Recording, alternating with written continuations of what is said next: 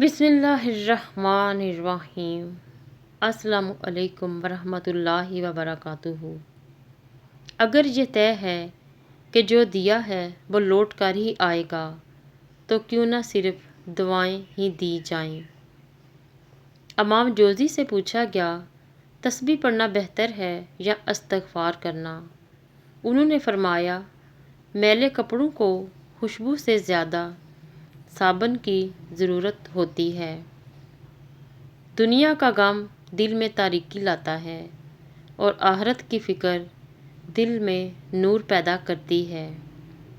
خاموشی سے بھی نیک کام ہوتے ہیں۔ میں نے دیکھا ہے درختوں کو چھاؤں دیتے ہوئے۔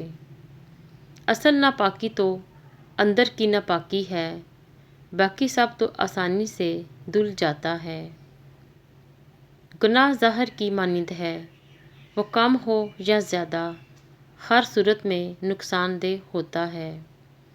عقل کی کروڑوں دلیلیں اللہ تعالیٰ سے ایک گناہ بھی معاف نہیں کرا سکتیں، لیکن شرمندگی کا ایک آنسو ممکن ہے کہ عمر بھر کے گناہ معاف کروا دے۔ اگر خوش ہو تو آہستہ سے ہنسا کرو تاکہ غم نہ جاگ جائیں، اور اگر غمگین ہو تو آہستہ سے رویا کرو تاکہ آنے والی خوشی نا امیدی میں نہ تبدیل ہو جائے۔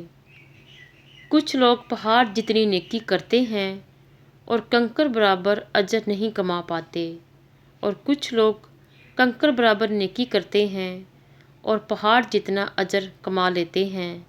نیتوں کا فرق اجر بدل دیتا ہے۔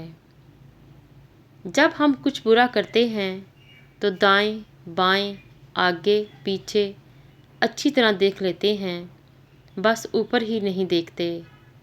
اللہ نگہبان۔